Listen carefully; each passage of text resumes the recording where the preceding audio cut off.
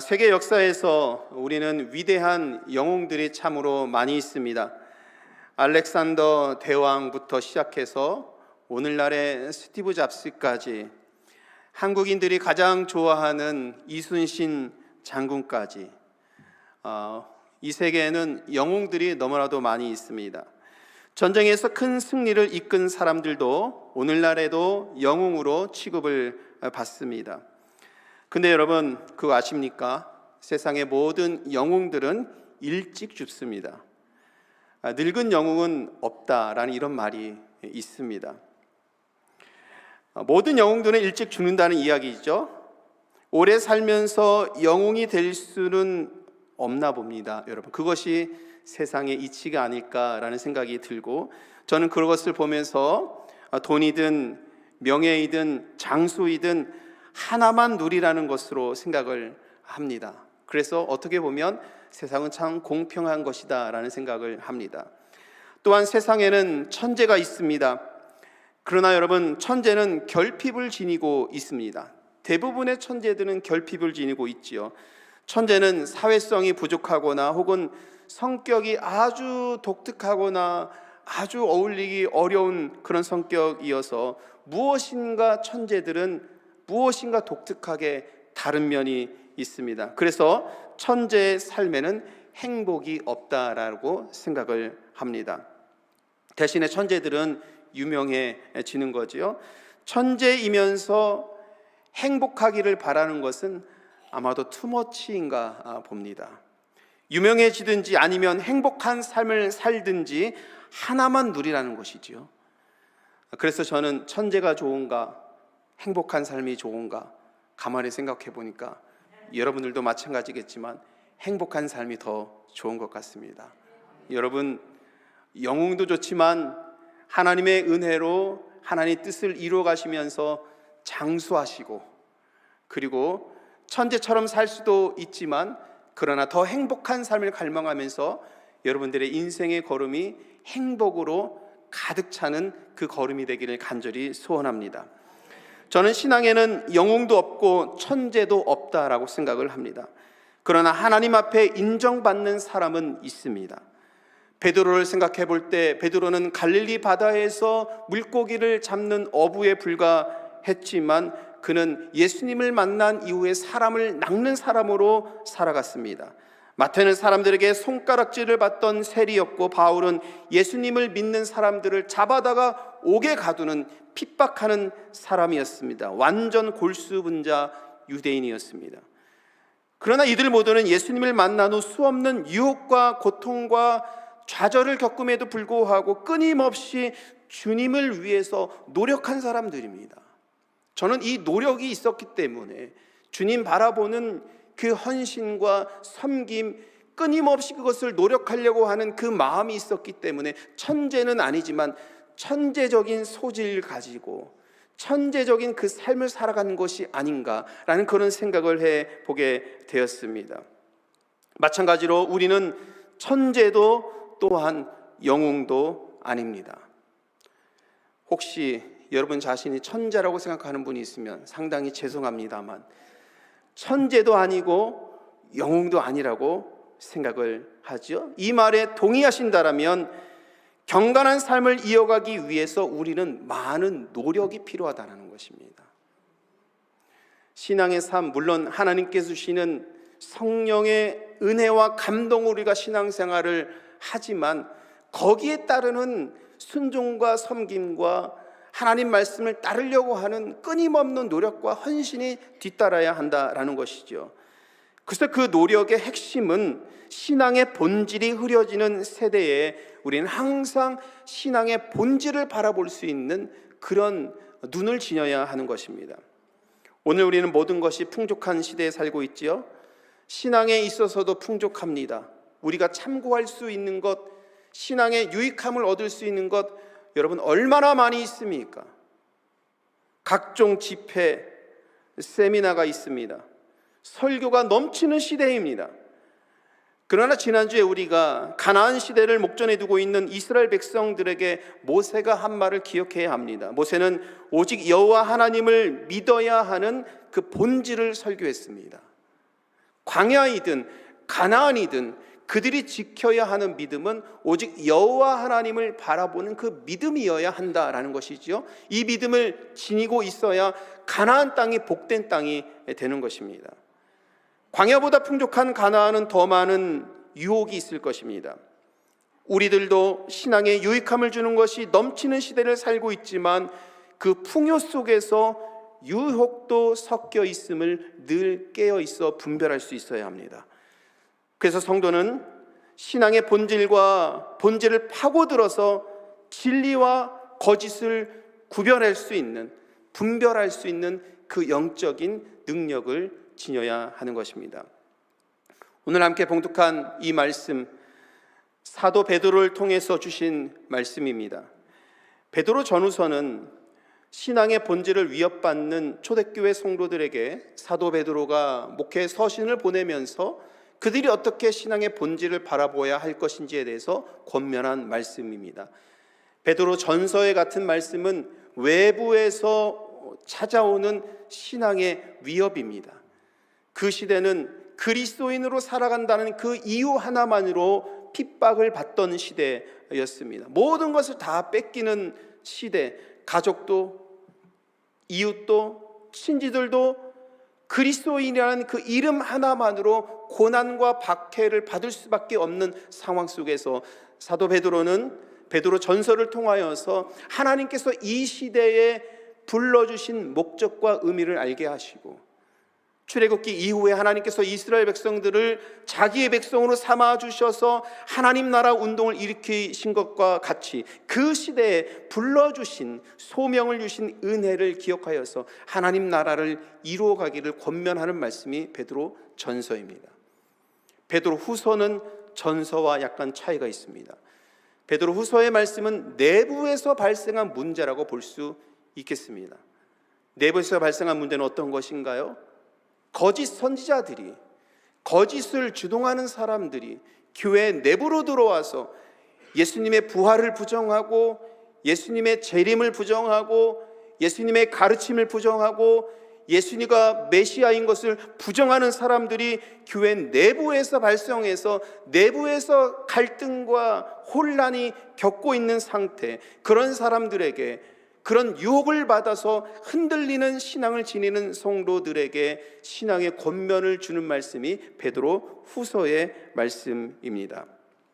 다시 말하면 베드로 후서는 예수님을 부정하는 이단이 신앙 공동체를 혼란에 빠뜨리고 복음의 역사를 방해하는 상태에서 쓰여진 말씀입니다.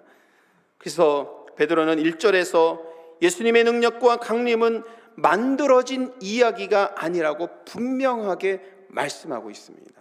우리 16절 말씀 우리 같이 한번 읽도록 하겠습니다. 우리 주 예수 그리스도의 능력과 강림하심을 너에게 알게 하는 것이 규모히 만들어진 이야기를 따른 것이 아니요 우리는 그의 크신 위엄을 친히 본 자라. 자, 여러분 16절 말씀을 기억하시길 바랍니다. 복음을 회순하는 이단들에 대한 베드로의 응답입니다. 그들 때문에 흔들리는 성도들을 향한 사도 베드로의 권면의 말씀입니다. 사도 베드로가 예수님의 능력과 강림을 분명하게 주장할 수 있었던 것은 그가 변화산에서 예수님의 변모하심을 체험하였기 때문입니다. 자기의 체험에 대한 내용을 오늘 본문 속 이어지는 17절과 18절에서 베드로는 계속해서 말씀하고 있지요. 예수님을 만난 경험이 있기 때문에 그 변화산에서 예수님께서 그런 신적인 권세를 지니신 분인 것을 그의 눈으로 확인하였기 때문에 그런 체험이 있기 때문에 이단들의 그런 유혹과 곤경 속에서도 사도 베드로는 분명하게 예수님이 누구신지를 말씀하고 있는 것입니다. 마태복음 17장 2절에 이렇게 되어 있죠.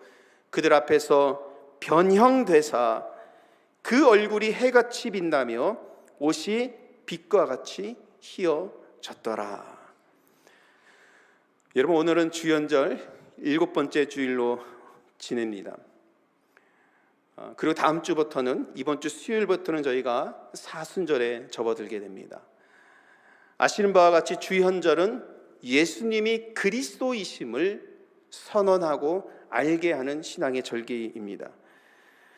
주연절은 예수님이 그리스도이심을 알게 되는 그 절기에서 오늘 주연절 7번째 주일은 주연절의 가장 절정이 되는 주일입니다.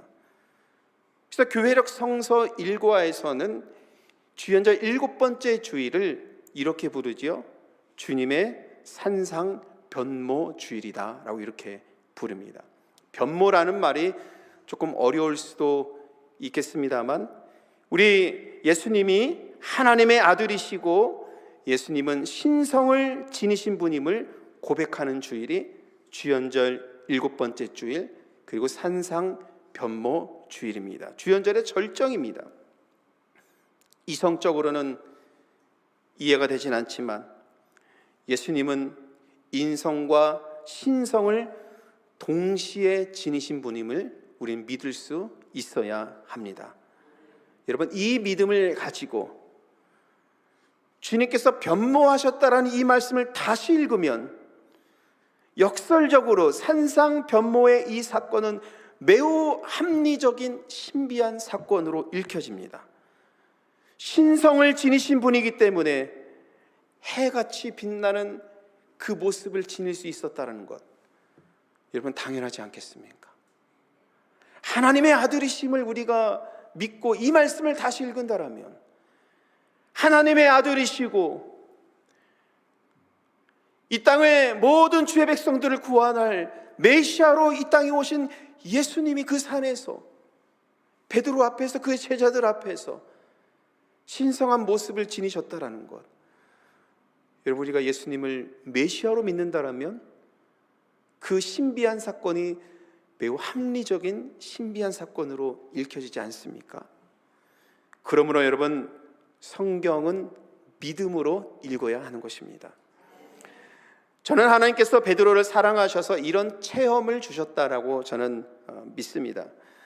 그래서 그는 신앙의 천재는 아니지만 천재적인 신앙, 다시 말하면 하나님께 받은 그 은혜에 충실하여서 주의 영광을 위해서 자기의 목숨을 바치는 데까지 나아갔던 사람입니다. 천재는 아니지만 거의 천재적인 소질을 가지고, 저는 신앙의 천재는 오직 한 분이라고 생각합니다. 예수님이시죠. 베드로는 그러나 예수님은 아니지만, 우리 신앙의 대상은 아니지만 자기의 목숨 바쳐서 주의 영광을 위해서 살았던 그 신앙을 본받았을 때에, 그의 신앙의 삶을 봤을 때에 천재적인 그 소양까지 그 신앙에 성숙한 그 모습이 아닌가라는 그런 생각을 합니다. 예수님에 대한 확신을 갖고 있었으니까 분명하게 자기의 신앙을 주장할 수 있었던 것, 예수님을 만났던 분명한 신앙의 체험이 있었기 때문에 복음을 방해하고 교회 안에 이 거짓된 진리를 가지고 들어와서 교회를 와해시키려고 하고 복음의 역사를 방해하고 예수님을 부정하는 사람들이 교회 판을 쳐도 베드로는 자기의 분명한 신앙을 주장할 수 있는 것입니다. 바라기는 우리 샴보가님께 모든 성도님들이 베드로와 같은 신앙 지니시기를 주님의 이름으로 축복합니다. 이 말씀 속에서 베드로는 예수 그리스도의 능력과 강림이라고 말씀하고 있습니다. 16절 말씀이죠. 저는 이 능력과 강림이 오늘 말씀을 이해하는 핵심이라고 저는 봅니다. 당시 이단은 예수님의 부활을 부정할 뿐만이 아니라 부활을 부정하니까 당연히 재림도 부정을 하죠. 예수님을 믿는 신앙에서 여러분 부활 사건이 없다라면 아무런 의미가 없는 것입니다. 베드로가 말하는 예수님의 능력과 강림은 부활과 재림을 말하는 것입니다. 다시 말하면 베드로는 신앙의 핵심을 짚은 것이죠. 능력을 의미하는 디나미스라는 이 단어 많이 들어보셨을 것입니다. 이 디나미스의 뜻은 힘, 권세, 파워, 이런 것을 의미하는 거죠. 자, 그러면 사랑하는 성도 여러분, 예수님의 파워는 어디서 나오는 겁니까? 예수님의 그 신적인 권세를 증명할 수 있는 것은 어디서 나오는 겁니까? 죽으셨지만 사망 권세를 이기시고 부활하신 그 부활에서 예수님의 파워가 있는 겁니다. 교회 이단들이 들어와서 방해하는 것은 이것을 부정하고 있는 것입니다. 예수님의 근본적인 그 힘과 능력을 부정하기를 이야기하고 있는 것입니다. 베드로는 오늘 그러한 사람들이 교회에 들어와서 방해하는 것에 분명하게 말하고 있는 것입니다. 그렇지 않다고 말하고 있습니다. 베드로는 그 변화산에서 내가 해같이 빛나는 예수님을 보았고 하늘에서 들려오는 그 음성을 들었다라고 오늘 17절에서도 말씀하고 있지요. 이는 내 사랑하는 아들이요 내 기뻐하는 자라는 그 음성을 들었다라고 사도 베드로는 분명하게 말씀하고 있습니다. 그래서 예수님의 능력과 강림은 꾸며진 이야기가 아니라고 베드로는 주장하고 있는 것이죠. 여러분, 이것은 주님을 만난 체험한 사람만이 할 수 있는 주장이고 말씀입니다. 여러분, 우리는 제가 늘 말씀드립니다만 오늘날 우리 신앙생활 하는 것이 고난의 시기이면서도 동시에 얼마나 우리가 은혜롭고 복된 그런 시대에 사는지 모르겠습니다. 왜냐하면 우리는 신앙 고백서 같은 것이 있잖아요. 사도신경과 같은 신앙 고백서가 있기 때문에 신앙의 체계를 잡아주는 그런 신앙 고백이 있기 때문에 우리가 어떻게 하나님을 믿어야 하는지, 삼위일체 하나님, 우리 하나님 아버지를 믿고 성자 예수님을 믿고 성령 하나님을 믿어야 하는지, 우리가 누구를 믿어야 하는지에 대해서 분명한 가르침이 있습니다. 그러나 이러한 가르침 우리가 아는 것은 주 300년이 되어야 논의가 되기 시작했습니다. 그러니까 300년 이전에는요, 우리가 지금 알고 있는 삼위일체 교리라든지 이런 것이 형성이 되지 않은 상태에서 신앙생활했다라는 거예요. 오늘 베드로 후서의 말씀을 서신으로 받는 사람들은 지금 우리가 아는 것처럼 그런 체계가 없는 상태에서 신앙생활했다는 거예요. 그런데 그들이 신앙을 지켜낼 수 있었던 것은 무엇이냐? 오직 예수 그리스도. 예수 그리스도만이 우리의 구원자이신 것을 믿는 것. 여러분, 이러한 믿음이 있었기 때문에, 예수님을 바라보는 믿음이 있었기 때문에 이단들이 교회 안에 들어와서 복음을 방해하는 이런 사건들이 있었을지라도 신앙의 본질인 예수 그리스도를 바라보는 믿음이 있었기 때문에, 이런 신앙의 공동체가 있었기 때문에 오늘 우리가 이처럼 아름다운 샴버가님교회 신앙의 공동체를 이루게 되는 것입니다. 바라기는 여러분들이 우리의 신앙의 껍데기만 잡고 이 혼탁한 시대에 신앙생활하는 것이 아니라 신앙의 본질인 예수 그리스도를 바라보면서 그 신앙의 삶을 살아갈 수 있는 그런 신앙을 지니시기를 우리 주님의 이름으로 간절히 축원합니다. 시카고에 보면 윌맷에 가면 바하이 하우스 오브 워십이라는 곳이 있습니다. 아마 여러분 잘 아실 겁니다. 여기에 대해서는 자세하게 설명할 필요는 없습니다만 일단은 사진 속의 건물만 보셔도 굉장한 건물이지요. 저기에 내부에 저도 몇 번 가봤습니다만 내부에 들어가면 기둥이 9가지 기둥인가 7가지 기둥인가가 있는데 그것은 모든 종교를 통합한다는 의미에서 그 기둥이 상징적으로 세워졌다고 합니다. 건축 양식이 아름답고 또 좋은 곳에 위치해 있어서 시카고의 관광 명소로도 알려져서 시카고에 관광 온 사람들은 저기를 들리는 것이 이렇게 여행 일정 중에 거의 잡힌다고 하더군요. 그러니까 의도치 않게 저기를 방문하면서 바하이 템플에서 바하이 신앙에 대해서 배우고 알고 가는 이런 일들이 시카고에서도 있는 것입니다.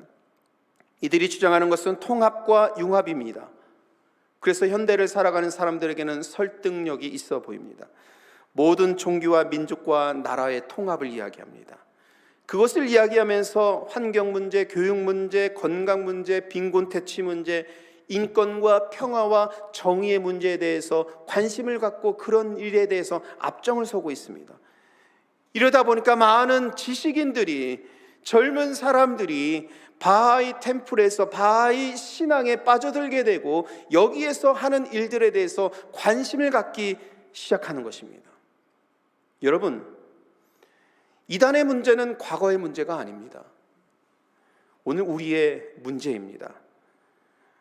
베드로의 말씀은 초대교회를 향한 말씀일 뿐만이 아니라 오늘 우리를 향한 말씀이고 우리 교회를 향한 말씀이라는 것이죠.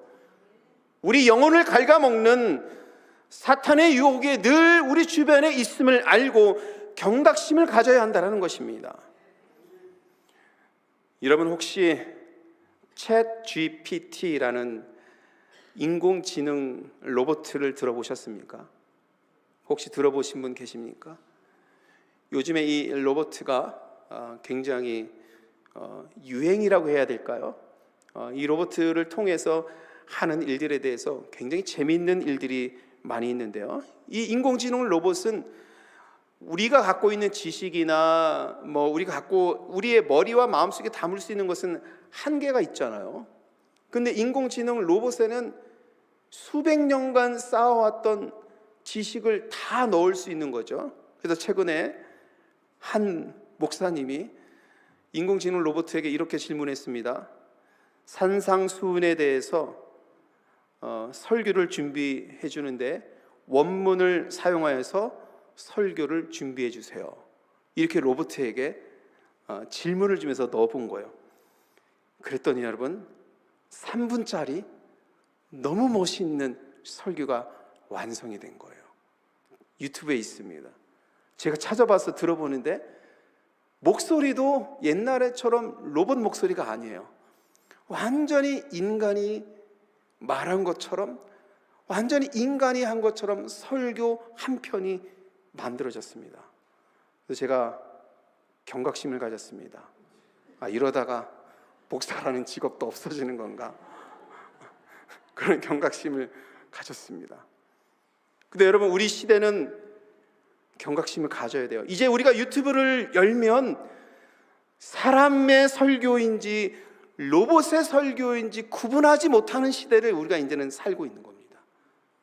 이 설교가, 이 좋은 내용이 사람의 감동과 은혜를 통해서 나온 것인지 아니면 수백 년간 축적된 그 지식, 로봇에 의해서 나온 것인지조차 우리는 구별할 수 없는 시대에 우리가 살고 있다는 것입니다. 이런 시대가 찾아온 것입니다. 우리가 사는 시대, 그리고 우리 자녀들이 살아가야 하는 이 시대는 신앙의 본질을 바라보기에 점점 어려운 상황이라는 것입니다. 눈에 보여지는 영상들 너무나도 화려합니다, 여러분. 우리 귀로 들려지는 소리들 너무나도 아름다운 소리들이 너무나도 많이 있습니다. 이러다가 이런 새까지 해봤습니다. 오늘 본문의 말씀 속에서 베드로는 변화산에서 주님의 변모하심을 보면서 그 감당할 수 없는 놀라운 은혜와 그 감동을 말씀을 통해서 전해 주었는데, 앞으로 시대에는 예수님을 만나는 가상 체험실이 생기면 어떨까? 괜히 이런 걱정이 생깁니다. 제가 여러분 괜한 걱정할까요? 예수님을 만나는 가상 체험실이 생겨서 몇십 불 주고 들어가서 그런 신비한 체험하고 오는 그런 시대가 오지 않을까? 문득 말씀을 준비하면서 이런 생각까지 제가 들었습니다. 여러분, 영적인 분별력을 키워야 합니다. 그래서 여러분, 교회 예배에 충실하는 것이 매우 중요합니다. 그 여러분들이 속한 교회에서 신앙 훈련받고 함께 믿음의 공동체를 이루면서 여기에서 사역하고 헌신하고 하나님 나라를 같은 방향을 바라보는 것이 그래서 중요한 것이고, 이런 것 하라고 주님께서 신앙의 공동체를 세워 주신 것입니다. 가장 유익한 신앙의 방법은 교회에 충실하는 것입니다. 이런 걱정 중에 저는 요즘에 우리 교회에 말씀의 부흥이 일어나는 것 같아서 감사할 뿐입니다. 성경 통독하시는 그룹들, 새 그룹이 날마다 그 말씀 읽고 그곳에서 은혜 받은 말씀 나누고 큐티한 내용 날마다 나누고 있습니다. 화요일 모이고 있습니다. 수요일 모이고 있습니다. 목요일 모이고 있습니다. 3일 동안 모여서 주님의 말씀을 공부하고 은혜 받고 뜻이 무엇인지를 연구하고 공부하는 모임들이 계속 있습니다. 금요일마다 모여서 찬양 예배로 하나님께 영광 올려드립니다. 토요일 날 모여서 이른 아침에 모여서 새벽 예배로 하나님께 예배를 드립니다. 이 거룩한 주일에 다른 데 가지 않고 우리가 모여서 이 시간을 하나님께 높여드리는 시간으로 모이고 있습니다. 날마다 모이고 있습니다. 여러분, 말씀이 살아있는 우리 교회에 어떠한 이단도 사탄도 틈을 타지 못하는 것입니다. 말씀에 부흥이 있을 때 교회는 부흥합니다. 말씀에 부흥이 있을 때 여러분들의 가정과 일터와 여러분의 모든 삶에서 부흥합니다. 말씀으로 견고하게 세워진 그 믿음의 공동체를 세울 때 복음은 어떠한 유혹이 침투할지라도 견고하게 세워서 복음의 역사를 이루어냅니다. 이런 복음의 역사를 이루어내는 우리 샴버가 하는 교회 될 줄 여러분 믿습니다. 신앙의 본질을 잡아야 합니다. 사도 베드로가 말씀합니다. 예수 그리스도의 능력과 강림하심,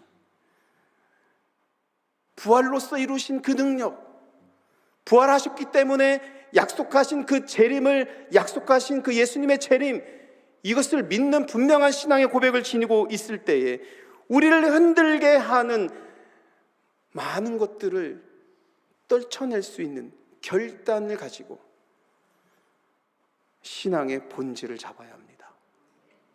그래서 바울은 사사로이 성경의 예언을 푸는 사람들에게 유혹되지 말고 하나님의 말씀에 바로 서 있는 등불과 같은 사람이 되라고 말씀하고 있습니다.